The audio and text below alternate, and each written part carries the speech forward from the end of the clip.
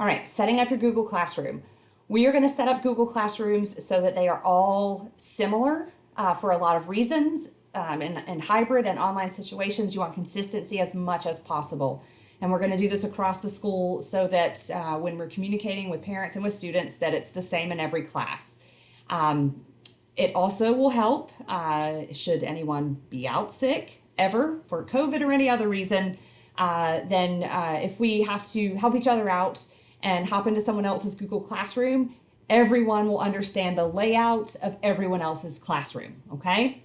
I have created a sample class. If you want to copy my sample class, you're gonna need to shoot me an email and say, hey Mindy, I need to copy that class, and I'll send you an invitation as a co-teacher on the class. It will pop up here like this, and we'll have an accept button. You click accept, and it will put you in this class as a teacher. Once you are in this class as a teacher, it will be a little blue box, look just like mine. You'll click the three-dot menu and copy. When you copy, it's going to let you fill out some information, just this very beginning information about the class, the title of the class, the section, put your block in there. That will make it show up right here as kind of a subheading. Subject, room, if you want to, you don't have to. And then you'll click copy. And it will take it just a minute to copy the whole class. I'm not going to do that because it takes too much time right now. But once you have your copy, like if my informatics is mine, then I can open that class and we're going to work in here, all right?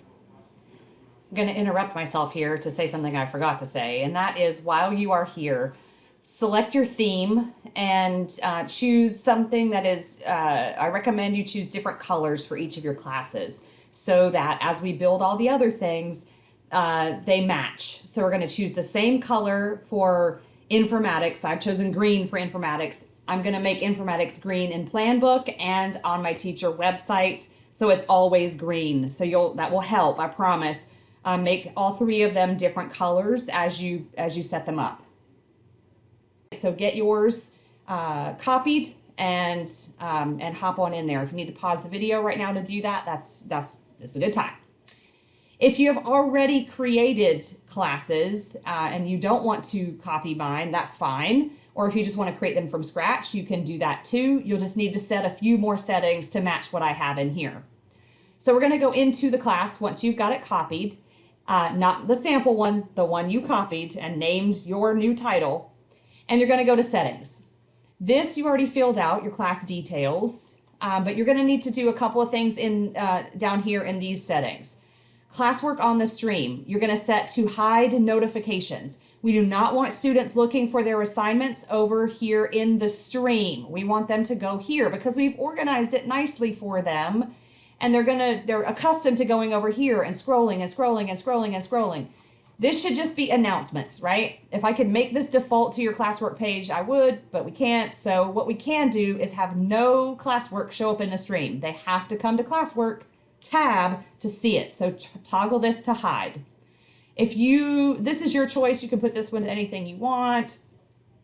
And we want to be sure Guardian Summaries is turned on. That will include your class in any Guardian Summary emails a parent might be getting. Then you'll need to click the Generate Link button. Mine has already been generated, but there'll be a button right here that says Generate Link, and it will make you a link that goes to your Google Meet. You never have to create invitations to these to Zoom sessions and things anymore. Each Google Classroom has its own Google Meet link. You will use it, the kids will use it. It's always there. It's your virtual classroom. Make sure you click this, toggle this on to say that it is visible to students. And if you copied my class, this is already set up. If you didn't, you need to make your settings match right here. We will not be putting grades into Google Classroom. However, we will set this structure up so that you can indicate that an assignment is a major, mid, or low level assignment. That will help students prioritize their work, and they will see over here in the classwork page, they will see right here which level assignment they're working on. So once you have these things set in your settings, click Save, and come back out here to Google Classroom's classwork page. In here, you'll see that if you copied my class, then you have some topics already set up. We do want topics in all of our classes, and we want them to have a date. Online classes work best if you if we can easily see chronologically where we are. In the past, I've used units or topics, but when we moved to online, I did a lot of research. This is the way to go, best practices. You can use week 1, week 2, week 3, week 4, and a date, or just a date. But I really like the week numbers. It helps me keep in mind where we are in the quarter. So once I'm getting to week 7 and 8, I'm like, oh, I need to be thinking about, we're coming up on the end of the quarter. When is the test going to be? When is the cutoff going to be? So I really like having those week numbers in here. If you want to add like a unit title or whatever in addition to that, feel free. You can shorten up the date with abbreviations.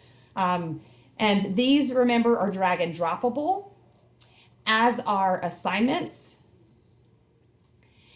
We are all going to number assignments, and we're all going to number them the same way. And we're going to use these same numbers and this exact title in PowerSchool. So when you create your assignments, as you create an assignment, as soon as you type that title, copy it.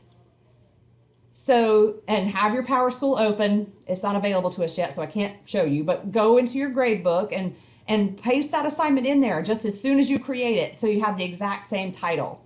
This numbering system really, really helps. What we're going to do is 100s equal first quarter, 200s second quarter, 300s third, 400s fourth. That is also super handy when talking to parents and students as to which assignments that we're talking about. If you didn't watch my overview video, you can go look at that for a little more about the why. This one's much more about the how, so number your assignments. So let's say there's work in this week that you didn't finish. No problem, grab it, drop it up into the next week, and it's moved forward for next week. And of course, change your due date if that's applicable. So we want this layout for all of your work. Hopefully you'll be posting that for the week at the beginning of the week, and all of your assignments will be in there. Note that over here in assignments, you have this grade category now. This is a low-level assignment. You can mark this as ungraded, and then it won't ask you for a number, right? And then there's your topic. So you can create new topics here or select one. If you're interested in this, you can ask me about rubrics. I'll give you more on it. It's not super easy to use, but there is a way to use this to give like a completion response. In other words, a way to respond to the student quickly by saying, yep, this is done, thanks, I'll grade it.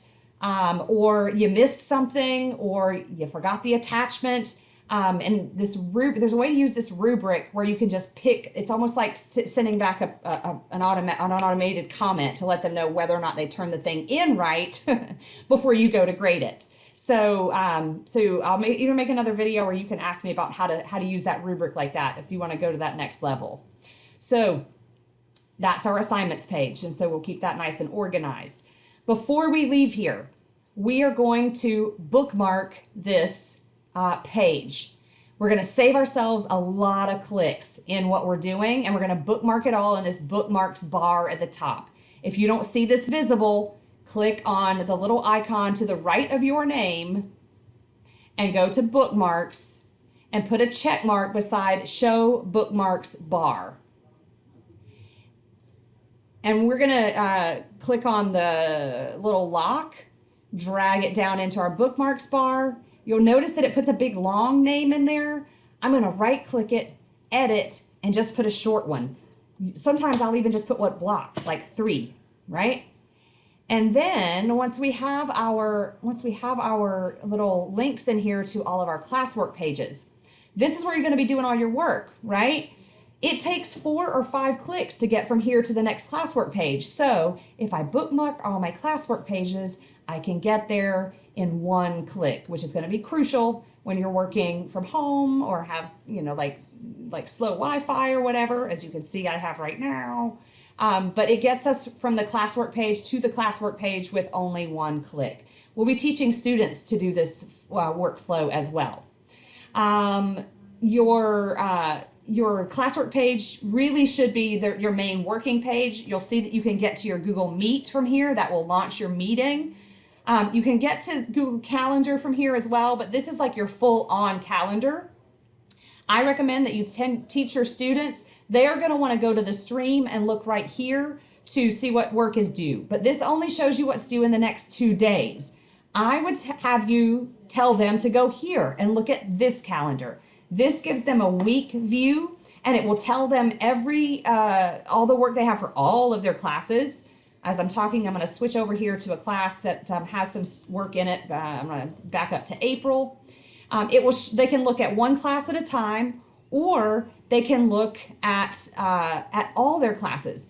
And anything that has a due date on it will show up here on their calendar, which so they can get a big picture of everything they have to do that week. And their assignments in here are also clickable. So they look at this, they see, oh, I've got these assignments due in a freshman seminar. They can click on it. It takes them straight into the assignment to do the work. So encourage them to use that calendar view. A new feature has been added where this calendar view button is actually on the main page above their classes. This one right here, they won't have to review. That's a teacher thing, but they can also click this to-do list, which is new. It shows all assignments that are due in this class, things that have no due date, things that are due this week, next week, and later. Missing work and done work. So very handy to-do list that's been updated, been given a little update for this year.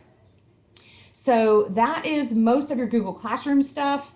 If you need to if you need to create your more classes after that, obviously you'll need to create 2 more, most of you. You can come back into that class you've already created and copy it and do the same thing that we did before, all right? So that's how you set up your Google Classroom.